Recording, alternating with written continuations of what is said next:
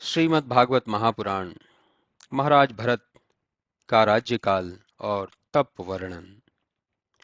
सुखदेव जी बोले, हे राजा परीक्षित, अब ऋषभ जी के पुत्र भरत जी का चरित्र सुनो।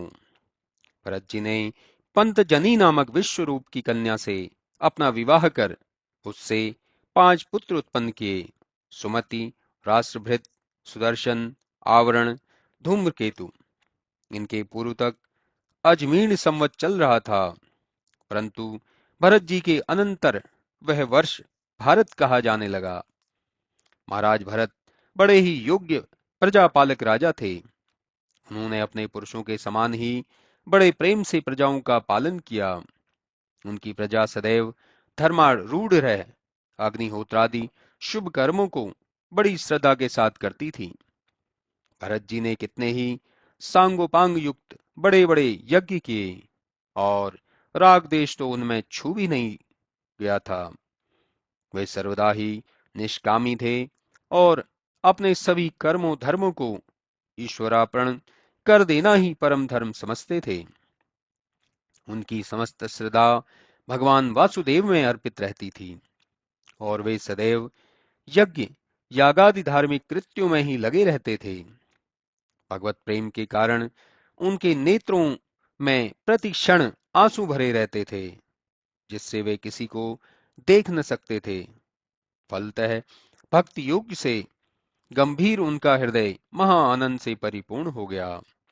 उनके मन में परब्रह्म महापुरुषाकार युक्त श्रीवत्स, कौत्सुभ, वनवाला, शंख, चक्र, गदा, पद्मधारी, नारद आदि निज भक्तजन हृदयवासी पुरुष रूप के शोभित भगवान हृदय कमल मध्य निवासी वासुदेव में दिन दिन बढ़ते वेग से उत्कट भक्ति उत्पन्न हुई।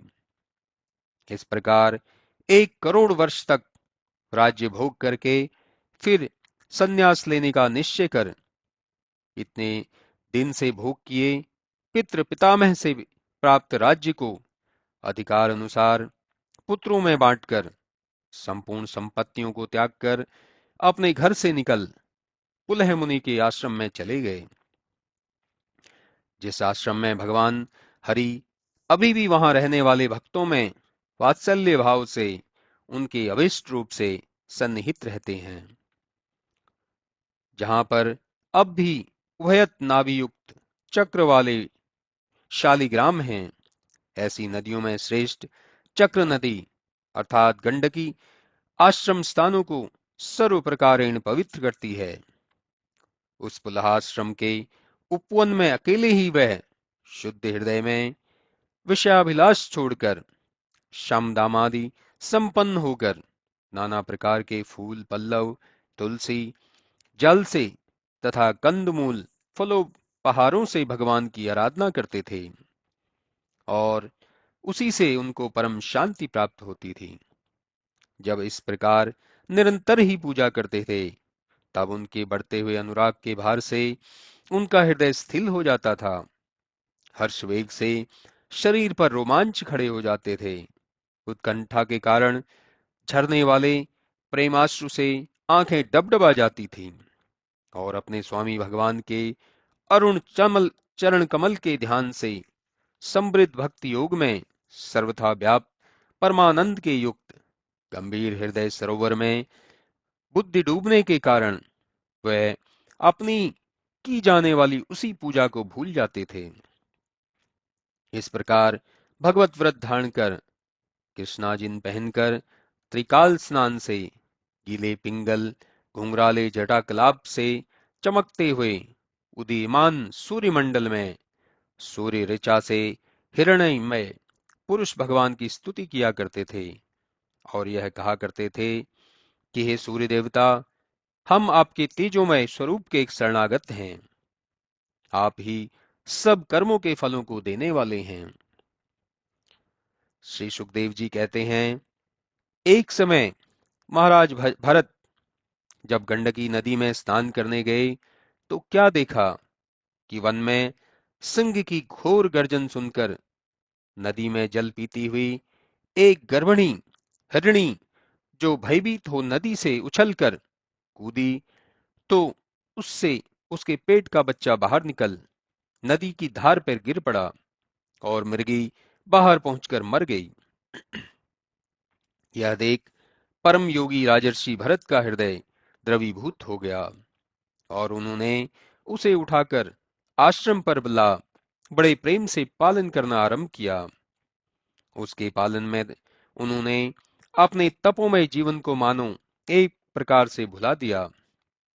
जब वह हिरणी का बच्चा वन में चरने जाता तो वे इसके साथ साथ जाते और उसे चराते तथा सभी जीवों आदि से सब प्रकार उसकी रक्षा किया करते। और जब बड़ा होने पर वह अकेले वन में चरने जाता और आने में उसे देर होती तो वे सूर्य चंद्रमा और ईश्वर भगवान और देवताओं का नाम ले वे उस मृग शावक की रक्षार्थ देव प्रार्थना करते। जब वह लौट आता तो आप ही आप देवताओं की प्रशंसा में कितने ही प्रलाप किया करते।